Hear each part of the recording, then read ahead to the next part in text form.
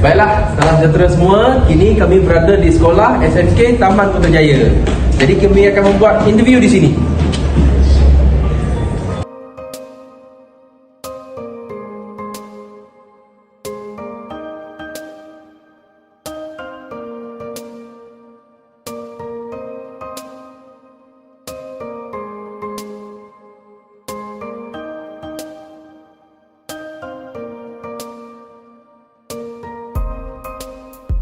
Okay, Assalamualaikum semua. Okay, mengikut syarta organisasi ni, pentadbir yang paling tinggi di sini adalah Tuan Hasbullah bin Daud. So, hari ini kami semua akan berjumpa dengan Tuan Hasbullah untuk sesi interview. Bismillahirrahmanirrahim. Okay, Assalamualaikum Tuan Hasbullah.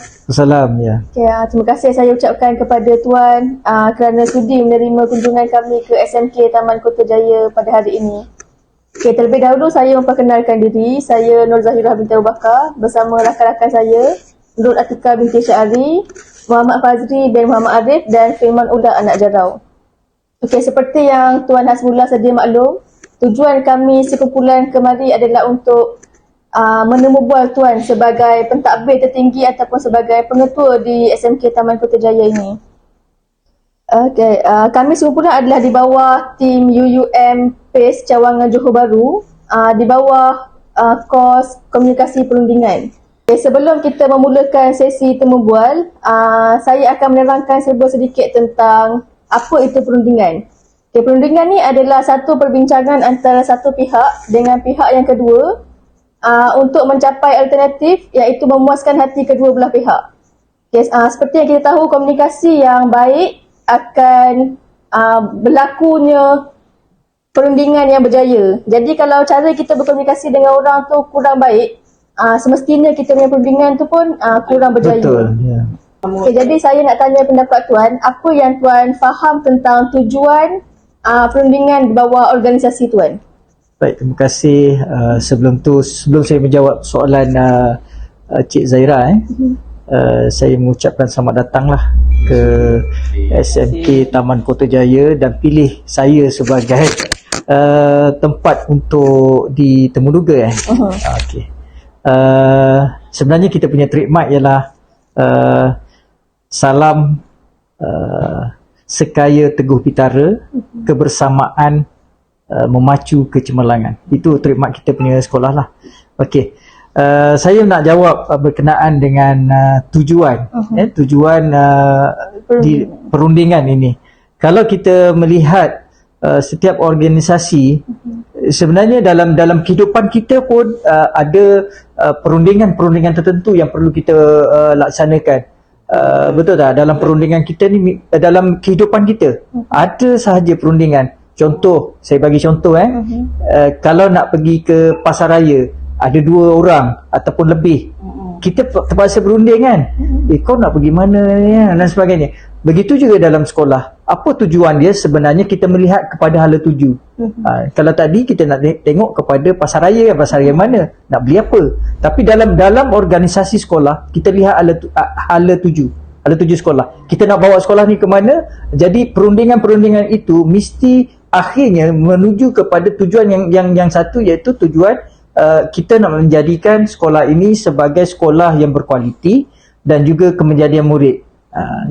Kita mesti menjadi seperti itu. Kalau perundingan itu bukan bertujuan ke arah itu, kita akan kita tak perlu berunding pun sebenarnya. Cuma kalau ada kes-kes lain, kalau menyebabkan kita punya hala tuju tu tak capai, kita kena berunding dan kita kena ni. Itu jawapan saya. Sama ada betul atau tidak saya tak pasti, tapi itu adalah jawapan di peringkat organisasi lah.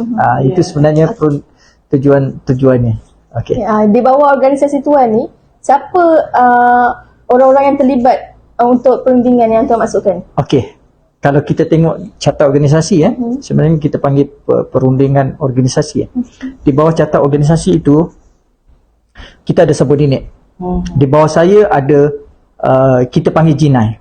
Ada penolong kanan pentadbiran, penolong kanan HEM, penolong kanan koko, penolong kanan petang, penolong kanan PPKI, dan juga ada kita ada 4 JKMP, guru kanan mata pelajaran. Sebenarnya bidang-bidang itu di bawah saya lah.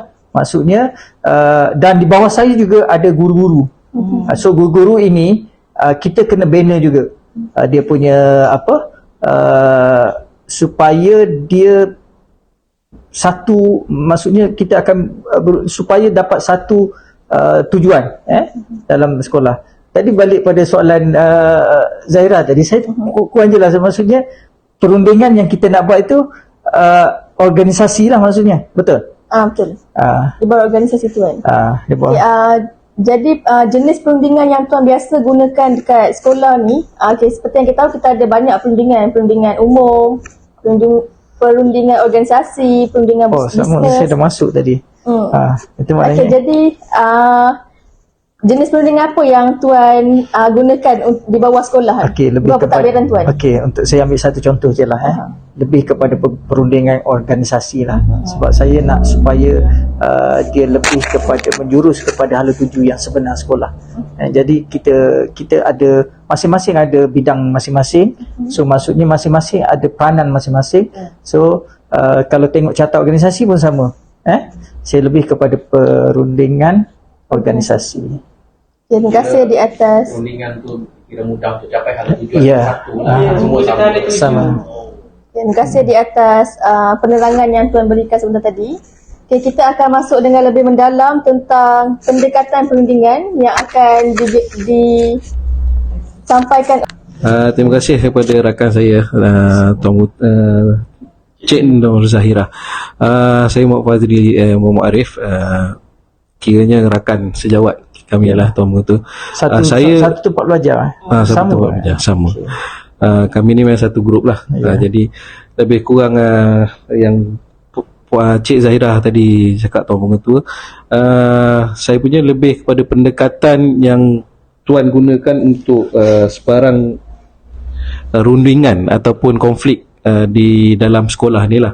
Macam Tuan Pengetua terangkan tadi, Tuan di atas dan bawah ni adalah ada ham, dan bawah tu ada lagi guru kanan. Okay, mana hubungan Tuan tu antara tiga lapis ni lah yang paling dekat. Kalau apa-apa terjadi konflik pun, tiga ni lah yang akan terus bersama, yang akan Tuan akan bincang lapis pertama lah. Jadi boleh Tuan terangkan sedikit siapa yang pendekatan yang macam mana yang Tuan ambil, maknanya sampai level cikgu ke atau sampai level guru kanan ni sahaja ke atau macam mana tu? Terima kasih Cik Fazri. Saya panggil Cik ke Tuan? Tuan Fazri Tak apa. Sebenarnya dalam menguruskan organisasi ni kita tak boleh kita bergerak seorang. Kita mesti bersama-sama. Sebab tu saya tagline saya kebersamaan memacu kerja. Maknanya bersama-sama. Dari segi kerja kita lebih kepada organisasi, maksudnya kita memang level pertama, level kedua dan seterusnya cikgu tu, saya lebih melihat kepada saya bimbing ataupun saya akan bimbing level pertama. Itu peranan saya sebenarnya.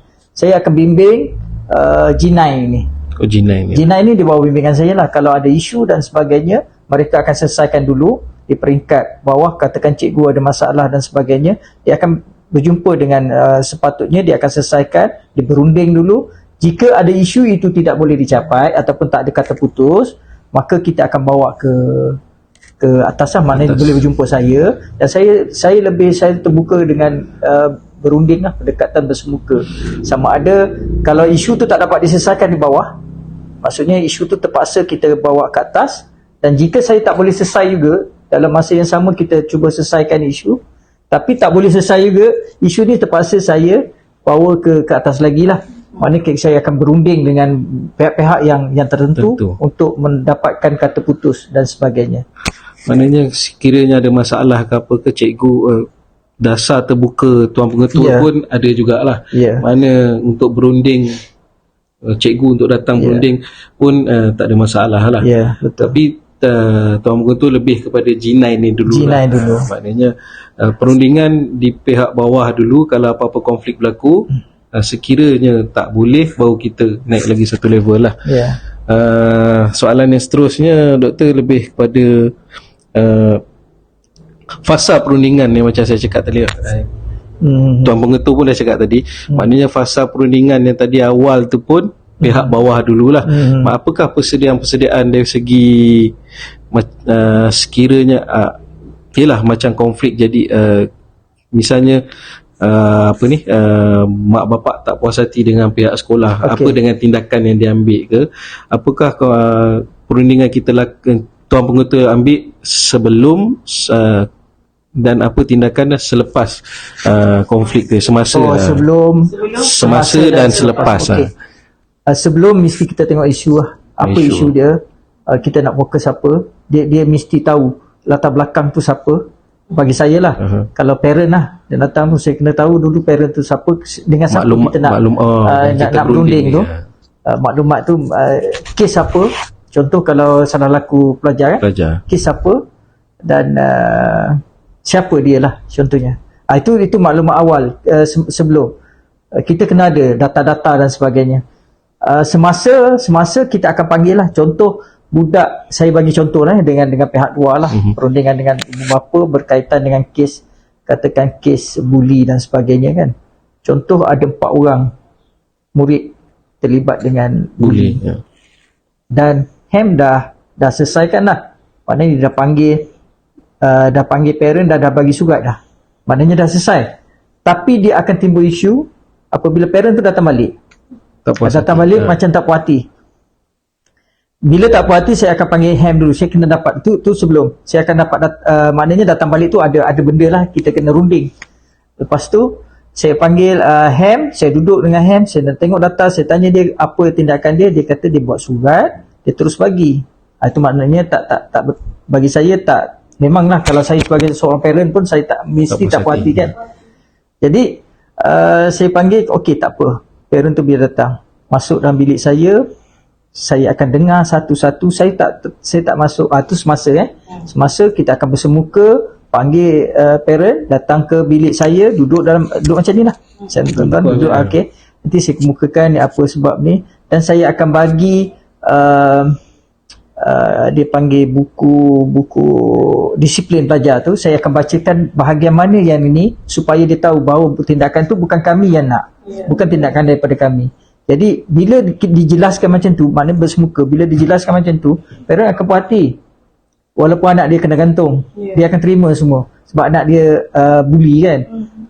Jadi untuk tindakan selepas tu tindakan selepas lah. Maksudnya selepas tu kita akan berunding juga. Saya akan menerangkan kepada PKHAM bahawa setiap kali kita nak buat tindakan dan sebagainya, pastikan parent tahu dulu, pastikan parent datang, kita berbincang, hukuman tetap hukuman kita bagi, tapi dia akan terima apabila kita kata kita berunding tu, bila kita kata ini memang kena hukuman ni sebab buli adalah kes yang sangat serius dan dia adalah KPM pun sama, dia tekankan perkara ini. Jadi salah laku ni kalau buat mesti kena gantung, supaya dia tak ada bila dia dengar macam tu, dia akan puas hati, semua akan puas hati. Rundingan tu akan jadi menang-menang lah sasarannya. Jadi smooth lah benda tu. Macam yelah, bila tak puas hati mesti ada benda yang tak puas hati lah. Jadi saya faham lah apa yang Tuan Pengetua, pendekatan Tuan Pengetua tu lebih kepada maknanya memahamkan dulu apa kesalahan, dan terus baru kita ni, kesalahan tetap salah tapi lebih kepada perbincangan dululah. Ada rundingan yang kita komunikasi. Saya tengok Tuan Pengetua lebih kepada komunikasi, memaklumkan dululah benda tu. Jadi saya punya jadi saya teruskan soalan kepada rakan sahabat saya. Okey, baik. Salam sejahtera Tuan Hasbullah. Tadi kita dapat dengar daripada rakan saya Tuan Fazri bertanya berkenaan dengan perundingan. Jadi yang saya pula lebih kepada apa dia saluran yang biasa digunakan dan keberkesanan saluran tersebut untuk Tuan mengatasi masalah-masalah di dalam organisasi Tuan pada masa sekarang ni. Ini berkenaan dengan guru lah Ya, berkenaan dengan guru. Okey, sebenarnya saluran tu ada banyak sebenarnya, tapi yang kita biasa guna ada 2 saluran lah. Okey. Yang pertama melalui lisan ataupun kita cakap, ataupun kita bagi arahan, kita bagi mesyuarat, panggil mesyuarat dan sebagainya, ataupun melalui telegram, ataupun melalui apa dia panggil tu sekarang ni, telegram kan, Telegram kita ataupun WhatsApp kan, sebab media sosial. Sebab kadang-kadang rundingan tu berlaku dalam telegram, dia isu satu keluar isu kan, jadi kita akan selesaikan dalam telegram tu. Ada perkara-perkara yang tertentu biasanya kita akan menggunakan lisan lah, kita panggil, duduk sama, tengok kau tengok aku, dia tengok aku dan sebagainya. Kita kadang-kadang lebih yang konflik banyak bila bagi saya lah, bila kita guna teks. Bagi saya teks tu bagi saya lah, saya lebih pada call, panggil call, okey kita jumpa, kita bincang, duduk, bila bersama ni, duduk bersama, dan kita akan dapat satu kata putus yang lagi baik sebenarnya. Kalau kita kata awak teks saja kan, dia kadang-kadang faham lain kan. Kadang kita tak marah tapi nampak macam marah, sebenarnya kita tak marah pun. Zaira pembaca dia faham lain. Jadi bila kita bercakap tu, saya lebih suka kepada bercakap lah, kalau ikut soalan tadi kan, saluran tu kan, saluran tu lah. lebih kepada bersemuka sehingga kita selesaikan dan tak ada isu. Bermakna kalau contoh ada satu cikgu ni, dia ada masalah kerap datang lewat. Okey. Jadi adakah Tuan Hasbullah ni akan bagi dia surat ataupun nak kena panggil dia datang, dan kalau panggil datang tu berapa kali dia kena jumpa barulah dia akan dapat surat teguran? Ya, terima kasih. Dia sebenarnya komunikasi berkesan lah ni. Maksudnya komunikasi berkesan tu dia bergantung kepada individu. Kita kena kenal individu tu. Tapi bagi saya lebih suka dia datang bersemuka dan diterangkan kenapa dia lambat dan sebagainya. Contohnya kalau anak dia sakit dan sebagainya, kita tak boleh nak satu lagi dia panggil karamah ihsaniyah. Maknanya dalam memimpin sesuatu tu dia mesti kita kena ada keinsanan. Insan tu lebih, dia panggil humanity humanity, ataupun memanusiakan di tempat kerja. Kita jangan terus datang lambat tanpa apa-apa usul paksa, kita terus bagi, itu jadi konflik. Itu kita yang menang, dia kalah kan. Tapi apabila kita panggil, awak ada 3 kali, okey macam ni lah kita runding. Anak awak sakit bila?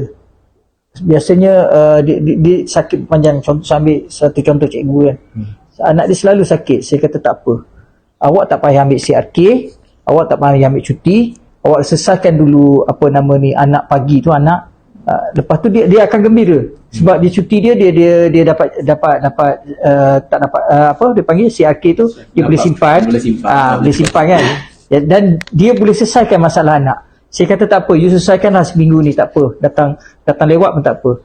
Tapi selepas itu apa yang berlaku, dia bekerja lagi bagus daripada bila anak dia dah baik. Maknanya mana rundingan tu menang capai. Sama-sama menang antara rundingan kan. Dia jangan kita bagi terus ni jadi isu lah, payah. Baiklah, yang berkesan yang dipilih adalah melalui secara lisan lah kan. Yeah. Dipilih Tuan pula. Jadi yang seterusnya pula, saya nak tahu apa dia strategi dan taktik yang digunakan dalam menangani perbezaan pendapat, budaya serta latar belakang. Yalah, dalam organisasi Tuan ni, cikgu ni dia ramai kan, seramai 70 orang. Dan dalam 70 orang tu mesti dia ada pendapat tersendiri. Lepas tu ada latar belakang, mungkin keturunan daripada raja-raja, datuk-datuk, kita tak tahu kan. Mungkin dia pun rasa dia lebih tahu dalam kerja ataupun pengalaman dia lebih panjang. Jadi macam mana cara Tuan Hasbullah untuk membuat perundingan biar mencapai satu kata sepakat yang sama mengikut kehendak organisasi Tuan? Apa dia strategi? Okey, baik. Pertama sekali, dalam apa-apa organisasi, pertama sekali kita kena letak macam saya awal tadi, pertama kita kena letak hala tuju. Mesti tahu, semua orang tahu, daripada guard, daripada pekerja pembersihan, dia dah tahu apa hala tuju kita. Kalau di sekolah ni saya dulu kita lebih kepada co-curriculum, sekarang ni saya lebih kepada akademik, dan alhamdulillah tahun ni kita dah terkeluar daripada sekolah fokus. Kita dah bergerak ke depan sikit lah. So sasaran saya pada tahun ni, saya nak 10 terbaik di daerah lah. Sebelum ni kita bawah lah. Tapi bila semua tahu dan hala tuju kita nak ke mana, KPI kita kat mana, tukar kebun pun tahu, semua tahu, AKP tahu, dia tahu bergerak. Dia tak ada konflik dekat situ. Maksudnya kita nak yang pertama mesti objektif tu jelas. Apa objektif kita, apa yang kita nak dari segi co-curriculum ataupun dari HAM, kehadiran murid dan sebagainya, semua orang tahu. Jadi bila kita bergerak ke situ, insya-Allah dia akan ikut sama sekali lah. Dan kalau strategi saya lebih kepada saya lebih kepada macam tak adalah kata kita nak buat siapa-siapa pun boleh sebenarnya. Dia, macam kadang-kadang benda ni dia selesai rundingan sekejap je, betul tak? Santai lah, maksudnya santai lah. Macam lebih kepada santai, tak adalah stres sangat. Saya lebih kepada cikgu seronok berada di sekolah, dia nak bekerja, dia datang dengan ikhlas, dia buat kerja dengan baik. Contohlah, saya tak ada limit. Dia orang ni selalu ni, siapa ni, Atika ni, Zairah, kita tak ada ni. Kadang dia orang masuk nak tanya apa-apa kan, dia masuk je tanya. Tak ada jurang yang jauh, tak ada gap. Tapi mesti tahulah saya ketua. Dia kena tahulah, kena letak diri dia. Walaupun saya macam ni, maksudnya saya ni adalah ketua. So itulah maksudnya. Maknanya santai tapi memberi kesan yang impak yang tinggi. Baiklah. Jadi itulah tadi yang kita kendaki kan. Dan seterusnya daripada saya selesai tanyaan. Terima kasih Filemon. Okay, Assalamualaikum Tuan Hasbullah. Saya Nurul Atika binti Syarif. Okay, Alhamdulillah daripada 3 perkongsian yang tadi tu, yang apa yang saya dapat adalah hala tuju. Apa-apa berlaku, rundingan apa semua mesti hala tuju. Okay, seterusnya bahagian saya nak sentuh bahagian etika pula. Kita sentuh mengenai etika dalam komunikasi rundingan dalam organisasi tuan. Seperti mana yang kita maklum bahawa etika ni dia lebih berkait rapat dengan penjawat awam, di mana garis panduan melaksanakan tugas sedia ada telah diberikan awal. Etika dalam komunikasi rundingan ni ia lebih merujuk kepada prinsip-prinsip moral dan profesional yang mengatur bagaimana kita berkomunikasi serta berinteraksi dengan pihak yang lain, terutama semasa kita menjalankan proses rundingan lah.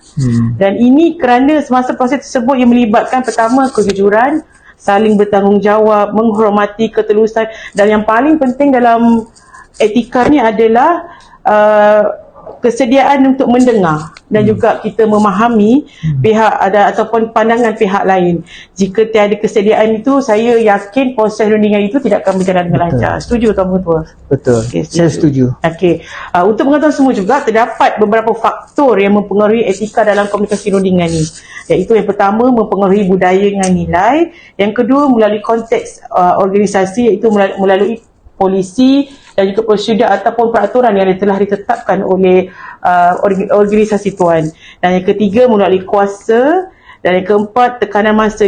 Tekanan masa ni di mana bagi mencapai sesuatu keputusan rundingan itu dalam waktu yang singkat juga mempengaruhi kesan faktor daripada rundingan. Dan yang kelima ialah tahap komunikasi. Tahap komunikasi ini dia lebih merujuk kepada kemahiran seorang pentadbir dan dalam berkomunikasi dengan pihak lain melalui proses rundingan yang awal dan terakhir. Okey, baik Tuan. Berdasarkan faktor yang saya berikan sebentar tadi, adakah situasi tersebut pernah Tuan hadapi dan bagaimana Tuan mengatasi cabaran tersebut? Silakan Tuan. Okey, terima kasih Puan Azika. Baik, kalau merujuk kepada soalan Puan Atika tadi dengan penerangan panjang lebar, dalam kalau kita nak kaitkan dengan etika di sekolah berkaitan dengan guru, saya lebih kepada semasa perundingan, betul tak? Semasa perundingan tu bagaimana etika seorang guru semasa perundingan. Dia sebenarnya lebih kepada, bagi saya lah, lebih kepada cara ataupun bagaimana guru itu berada di ataupun nak membuat perundingan. Kalau kita datang dengan tidak jujur Itu salah satu etika juga. Kita datang dengan tidak jujur. Contoh, kita nak berunding ni tapi kita nak menang tau. Cikgu tu nak menang ataupun saya nak menang. Ya. Dia akan berlaku konflik. Dia tak akan selesai. Dia tak akan dapat satu kata putus ataupun satu keadaan di mana dua-dua menang. Betul. Dia akan ada satu gagal, ataupun satu lagi menang. Betul. Jadi pertama kena jujur lah. Betul. So dia datang bagi tahu apa. Contohnya macam tadi yang kes lambat dan sebagainya. Dia akan jujur, dia bagi tahu anak dia sakit dan dia tunjuk ni. Jadi saya buat keputusan pun saya akan jujur juga. Itu dapat dua-dua menang lah. Yang kedua, kalau dari segi etika, cikgu tu mesti berkomunikasi, mesti bercakap. Kalau dia datang dia diam, maknanya kita tak akan dapat apa-apa keputusan. Betul. Dia mesti berkomunikasi dan komunikasi itu berkesan sampai saya faham dan dia faham. Saya berkomunikasi, dia faham, dan feedback dia pun faham. Maknanya klien saya tu, cikgu tu kena berkomunikasi. Okey. Dan yang ketiga, kalau dari segi etika ni, satu jujur tadi, komunikasi. Yang ketiga ialah kesesuaian masa lah. Saya ambil kesesuaian masa. Maksudnya apabila kita nak buat rundingan tu, pastikan masa, etika masa tu kena jaga. Maksudnya kesesuaian masa. Dia tak boleh datang untuk jumpa semasa kita dalam keadaan sibuk dan sebagainya. Dia kena datang waktu yang paling sesuai. Betul. Baru kita akan dapat buat satu temu janji dan sebagainya. Dan kita rasa kita boleh berunding. Itu etika dia. Pertama, dia mesti kena buat temu janji lah. Yang tadi kejujuran, menepati yes, masa yang ketiga, dan juga cara komunikasi. Okey, komunikasi berkesan lah. Tiga dalam perkara itulah etika yang saya tekan dalam organisasi tuan. Okey, alhamdulillah. Tapi apa yang saya tahu, saya percaya pentadbir dan guru-guru sekolah ini semuanya beretika dalam menjalankan tugas yang diberikan. Okey, baik. Okey, boleh silakan. Boleh. Saya sikitlah Tak boleh. Tuan Nasrullah. Macam tuan cakap tadi lah, keadaan masa tu semua. Adakah apabila berjalan perundingan macam Tuan Nasrullah dan pengetua, Tuan Nasrullah yang macam saya cakap pun pengetua lah sekolah ni, adakah masa perundingan Tuan akan bawa kuasa Tuan tu dalam perundingan, atau lebih kepada ialah macam saya cakap perundingan yang berjaya macam Tuan cakap, kena ada satu yang inilah. Terima kasih. Tu soalan baik tu sebenarnya. Kuasa yang ada pada saya apabila saya dilantik. Saya dilantik sebagai pengetua. Itu surat di mana pengetua adalah segala-galanya lah. Kalau kuasa ikut surat perkeliling.